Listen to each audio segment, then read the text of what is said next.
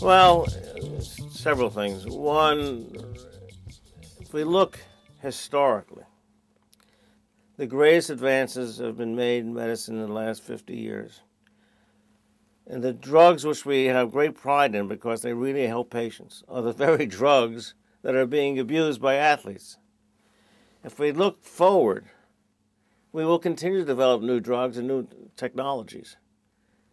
And there's no question, now we already know factually, that there are those who are already trying to get a hold of the new technologies. Now, when I graduated from medical school, we didn't have diuretics. We had to inject people with mercury, which sounds kind of wild. That wasn't that long ago.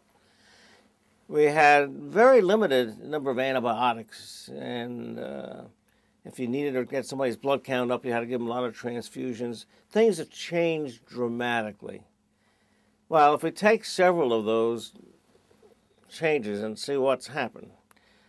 For example, for years people took anabolic steroids because they had anemia for a variety of causes to get their red cells up. Well, we realized that if you can give them a substance called EPO, erythropoietin, you can stimulate somebody's bone marrow to make more red cells. And so there'd be a decreased need for transfusions. And so EPO was developed.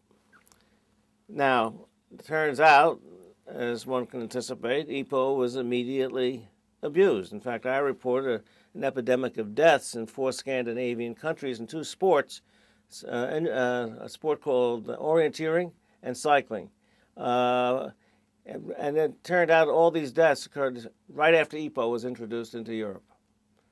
And although we could never prove it, all the evidence suggests it was probably related to EPO. Now, EPO, typically for a patient, would be injected daily. However, we recognize, or several times a week at least, we recognize that if we can get a form of EPO that lasted longer, need less injections. Well, sure enough, we developed that, and it comes along the Olympic Games in Salt Lake, and we found that people were abusing the long-acting EPO. Now there's technology being developed so that you wouldn't have to inject EPO at all, but through gene therapy technologies, rub a cream on, you can turn on a switch in your body to make your own EPO and then turn it off by removing the cream. And, you know, we know that's probably not too far down the road. Just like in many other forms of therapies, we try to make it easy for patients. And so that's a good example of that kind of technology. Now, human growth hormone is a whole other story. Human growth hormone, prior to the mid-1980s, for people who really needed, and I'll tell you in a second who needs these things, but people who needed human growth hormone, they were dependent on grinding up pituitary glands of cadavers. Well, it turns out that these cadavers, in many cases, contain a virus and produced a disease called Jakob-Creutzfeldt disease, which is like akin to an Alzheimer's dementia. So obviously it couldn't be used clinically because some of the athletes were using it. But with the development of recombinant DNA technology, the same kind of technology we use to develop EPO, they developed synthetic human growth hormone.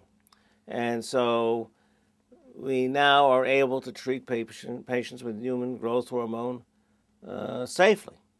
But as you can expect, human growth hormone has now become one of the mainstays of doping. Now, if it turns out you have a deficiency as a child, you'll never reach your normal growth status. We treat those individuals. People with end-stage AIDS, wasting disease, we use human growth hormone to treat those people. Then there's people who are adults who need to get to legally be treated, need to have an absolute deficiency of growth hormone because the pituitary gland isn't working because of either a tumor, radiation, surgery, trauma, or hemorrhage in the area, whatever it might be. In fact, it's the only drug I know of which you cannot use for off-label purposes. That is, you can only use it for the reason it was approved and it requires the approval of the Secretary of Health and Human Services. That's how tightly regulated human growth hormone is in the United States. But that's another example of sort of more primitive technology being replaced by sophisticated technology, and then finding that athletes are going to try to abuse those.